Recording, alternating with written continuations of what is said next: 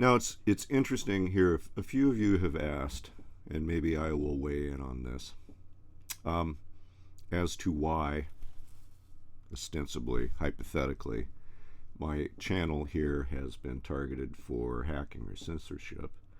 Um, but I mean, to be completely fair, we don't know that it was. I mean, it could have been just completely dumb luck. But on the other hand, it's not the first time that it's happened to me. So, and having watched over the last year the throttling of the traffic and the pressure to unsubscribe people and the rest, I mean, remarkably, this channel with 20 subscribers now gets the same traffic that my previous channel did with almost 2,000. Because as yet, unless I screw it up today, it doesn't appear that we are targeted. So, why? Well, because I think there is a unique, coherent, and complete message here that doesn't exist a lot of places, and we could waltz through it very quickly. I know we talked about a ton of stuff last year because I wanted to lay it out in some detail, but in a very, very simple and concise way, we could talk about what the view is or what the model is that I'm operating under, because it's shown to be pretty relevant and predictive. And look, we can say it pretty simply, concisely, and in a manner that doesn't require a lot of claims of faith. I mean, we are living at the late stages of a industrial civilization that is now facing the consequences of scarcity, overpopulation, and overshoot. That also moves into the ecological realm.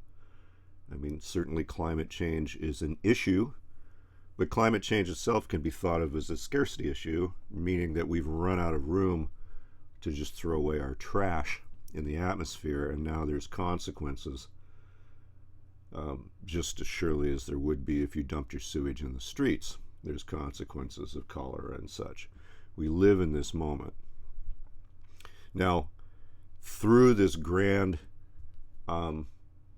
expansion of humanity funded by a one-time irreplaceable usage of our heritage of fossil fuels, we have created a oligarch class that has been more successfully rewarded for corruption, nepotism, genocide, and the rest than perhaps any other group of people or generational group of kleptocrats in human history. They have truly immense, almost unfettered power. They are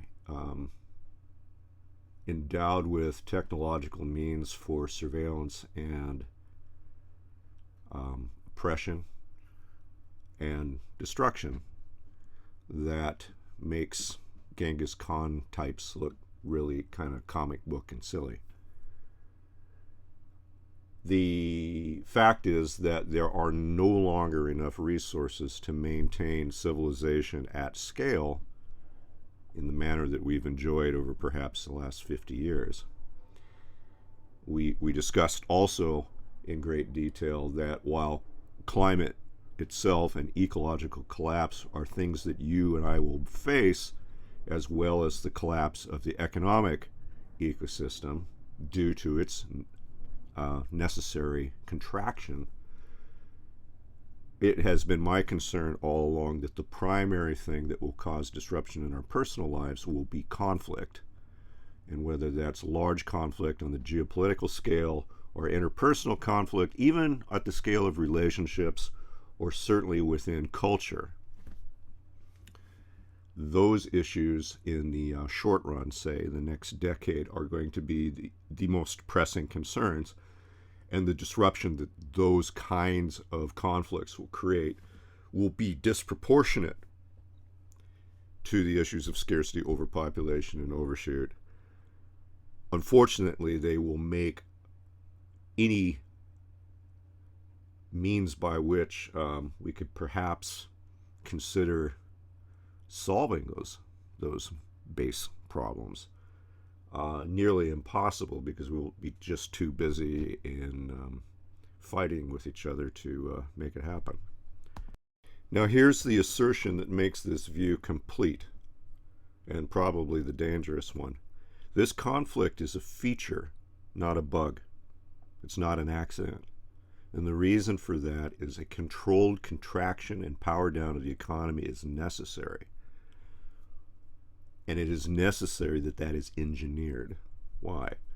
Because the kleptocratic class runs the risk of having conflict arise that is organic and not engineered. And that could create potential fat-tailed risk events that would threaten their ability to retain power through the collapse bottleneck. So unless they engineer and front-run conflict, they run the risk of losing their power, because we could get a black swan event that collapses civilization as a whole, taking them with it.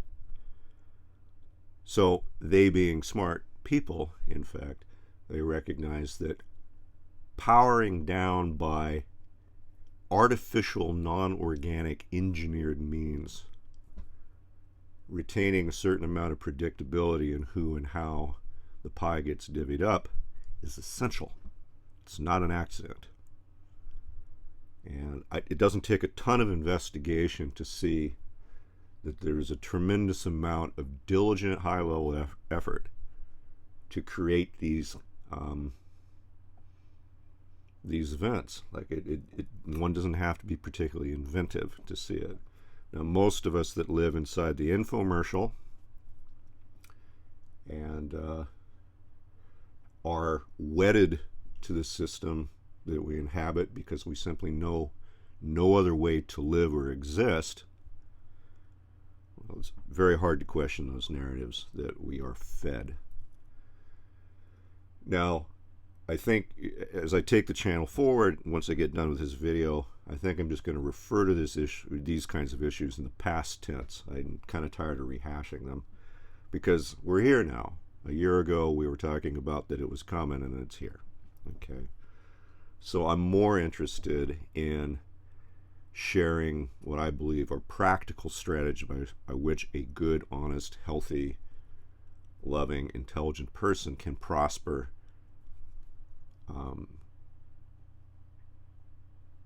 as best they're able through the forthcoming collapse scenario. That's a big deal. But I'm going to think the intent here is to, again, move away from the theoretical and the conjecture to the practical, because in fact collapse is not something that we need to theorize anymore about. It's something that we need to adapt to, and that'll be the condition for the rest of our lives. Something to chew on? That's what gets you censored.